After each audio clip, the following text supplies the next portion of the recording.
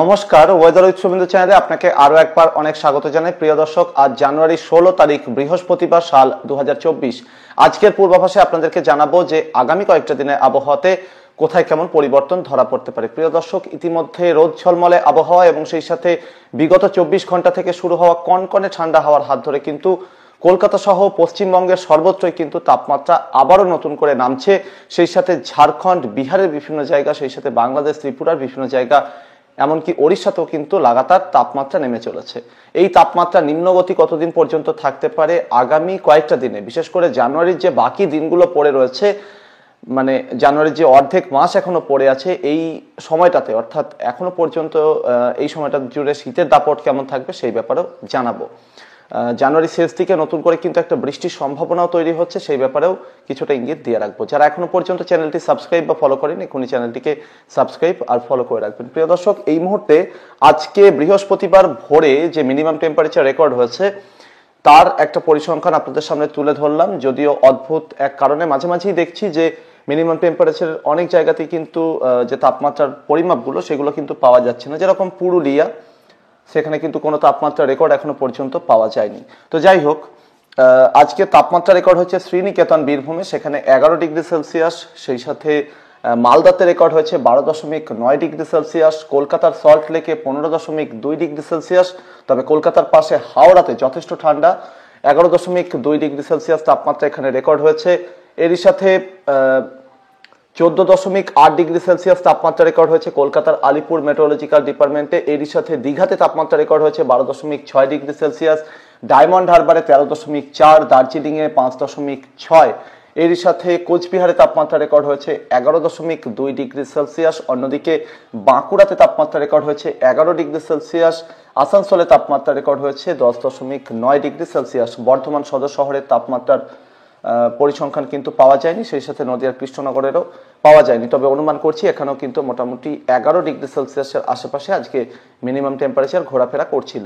প্রিয় দর্শক, এটা হচ্ছে ভূমধ্যসাগর এবং ভূমধ্যসাগর থেকে আরো বেশ কিছুটা পশ্চিম দিকে ঠিক এই জায়গাতে অবস্থান করছে আটলান্টিক মহাসাগর। এই আটলান্টিক মহাসাগর থেকে একটার পর একটা ওয়েদার সিস্টেম কিন্তু লাগাতার পশ্চিম থেকে পূর্বের দিকে এগিয়ে চলে এবং এই ওয়েদার সিস্টেমগুলো যখন জম্মু কাশ্মীর, লাদাখ এবং হিমাচল, উত্তরাখণ্ডের দিকে পৌঁছায় আমরা তখন সেটাকে পশ্চিমী ঝঞ্ঝা বলে থাকি। তো এই পশ্চিমী ঝঞ্ঝার জন্যই কিন্তু ভারতবর্ষের বিভিন্ন জায়গা এবং পার্শ্ববর্তী জায়গাগুলোতে শীতের আগমন হয়ে থাকে।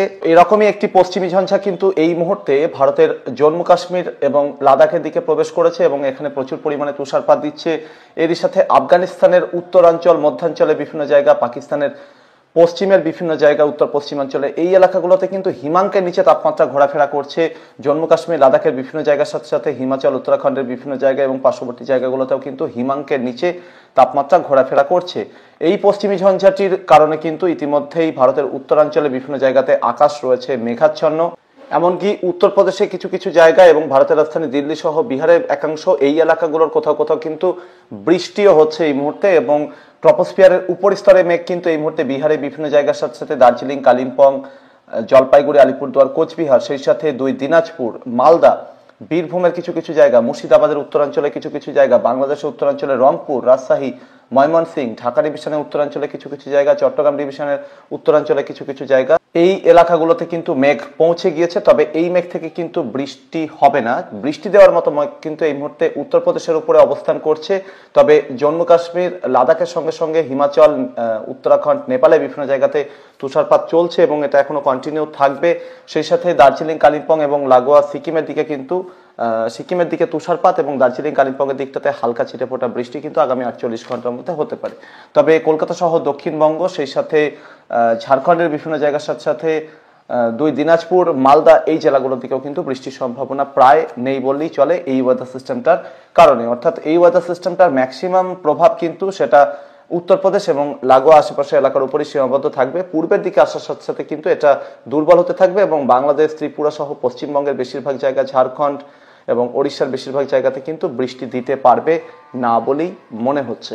এই পশ্চিমী ঝঞ্ঝা যখন পশ্চিম থেকে পূর্বের দিকে সরে যাবে, অর্থাৎ উত্তরে হাওয়া নেমে আসার রাস্তা যখন খোলা পেয়ে যাবে, তো সেক্ষেত্রে কিন্তু আবার নতুন করে তাপমাত্রা আরো বেশি নামবে। জানুয়ারির 18 তারিখ থেকে কিন্তু নতুন করে তাপমাত্রা নামার মতো পরিস্থিতি তৈরি হতে পারে। অর্থাৎ তাপমাত্রা কিন্তু ইতিমধ্যে নামছে বিগত 24 ঘন্টা থেকে, কিন্তু 18 জানুয়ারি থেকে যেটা হতে পারে যে তাপমাত্রা কিন্তু আরো বেশি করে হ্রাস পেতে পারে এবং সেই সময় শৈত্যপ্রবাহের মতো পরিস্থিতি তৈরি হয়ে যেতে পারে। জানুয়ারির 18 তারিখ থেকে শুরু করে 20 তারিখের মধ্যে গাঙ্গেয় দক্ষিণবঙ্গের পশ্চিমাঞ্চলে পুরুলিয়া, বাঁকুড়া, পশ্চিম বর্ধমান সহ আশেপাশের কিছু জায়গা এখানে শৈত্যপ্রবাহের মতো পরিস্থিতি তৈরি হতে পারে।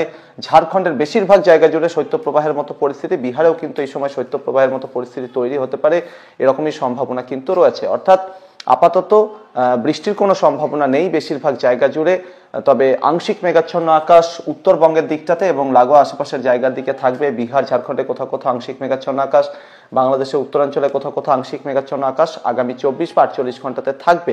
তারপর ধীরে ধীরে এখানে মেঘ কাটবে এবং তাপমাত্রা আরো বেশি করে কমবে, ঠান্ডা আরো বেশি জাঁকিয়ে বসবে সর্বত্রই। সেক্ষেত্রে বিহার, ঝাড়খণ্ড, ওড়িশা, পশ্চিমবঙ্গ, বাংলাদেশ, ত্রিপুরা, আসাম, মেঘালয় সর্বত্রই কিন্তু কনকনে ঠান্ডা শুরু হতে পারে 18 জানুয়ারি থেকে। তার আগে কিন্তু ঠান্ডার তীব্রতা যেরকম রয়েছে এখন সেরকমই থাকবে। এখন কিন্তু যথেষ্ট ভালো ঠান্ডা অনুভূত হচ্ছে, এটা কিন্তু থাকবে।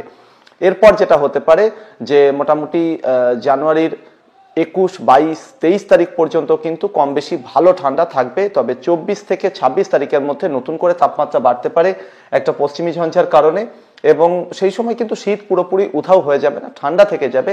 এরপর যেটা হতে পারে যে জানুয়ারির 27 বা 28 তারিখ নাগাদ নতুন একটা পশ্চিমী ঝঞ্ঝা উত্তর ভারত থেকে ধীরে ধীরে পূর্ব ভারতের দিকে এগোতে থাকবে এবং সেই ওয়েদার সিস্টেমটা কিন্তু শক্তিশালী হওয়ার একটা সম্ভাবনা রয়েছে। যদিও ECMWF থেকে এরকম ইন্ডিকেশন পাওয়া যাচ্ছে এখনো পর্যন্ত, এবং সেক্ষেত্রে জানুয়ারির 29 তারিখ অর্থাৎ একেবারে জানুয়ারির প্রায় শেষ দিকে গিয়ে কিন্তু পূর্ব ভারতের দিকে, বিশেষ করে দক্ষিণবঙ্গ সহ বাংলাদেশের কিছু এলাকার সাথে সাথে ভারতের ত্রিপুরা এবং এর আশেপাশের জায়গাগুলোর দিকে কিন্তু বৃষ্টি হওয়ার মতো পরিস্থিতি তৈরি হতে পারে। এমনকি উত্তরবঙ্গের দিকেও এই সময় বৃষ্টি হতে পারে, কোথাও কোথাও বজ্রবিদ্যুতের দেখাও কিন্তু মিলতে পারে। মোটামুটি জানুয়ারির 29 তারিখ নাগাদ কিন্তু এই ধরনের সিচুয়েশন তৈরি হওয়ার সম্ভাবনা রয়েছে। তবে তার আগে পর্যন্ত অর্থাৎ জানুয়ারির 27 বা 28 তারিখ পর্যন্ত কলকাতা সহ গাঙ্গেয় দক্ষিণবঙ্গ, উত্তরবঙ্গের বেশিরভাগ জেলার সাথে সাথে ওড়িশা, ঝাড়খণ্ডের প্রায় সমস্ত এলাকা, বাংলাদেশের প্রায় সমস্ত এলাকার সাথে সাথে ত্রিপুরা এবং এর আশেপাশের জায়গাগুলোতে বৃষ্টির কোনো রকম সম্ভাবনা থাকছে না। বলা বাহুল্য বাকি যে জানুয়ারির প্রত্যেকটা দিনই কিন্তু প্রায় ভালো ঠান্ডা অব্যাহত থাকবে। মাঝে মাঝে ঠান্ডার তীব্রতা কিন্তু অনেকটাই বেড়ে যাবে, বেশ কিছু জায়গাতে কিন্তু শৈত্যপ্রবাহও চলবে, এরকমই সম্ভাবনা কিন্তু রয়েছে। আপনাদের অবগতির জন্য বলে রাখি যে জানুয়ারির মোটামুটি 26 তারিখ থেকে কিন্তু নতুন করে আবারও তাপমাত্রা কমতে পারে এবং সেই সময় জানুয়ারির 26 তারিখ থেকে শুরু করে 28 তারিখের মধ্যে আবারও কোথাও কোথাও শৈত্যপ্রবাহের মতো পরিস্থিতি কিন্তু তৈরি হতে পারে। প্রিয় দর্শক, এই ছিল আগামী কয়েকটা দিনে আবহাওয়ার সম্ভাব্য পরিস্থিতি। পরবর্তী আপডেট এবং লাইভে আবারও দেখা হচ্ছে। ধন্যবাদ।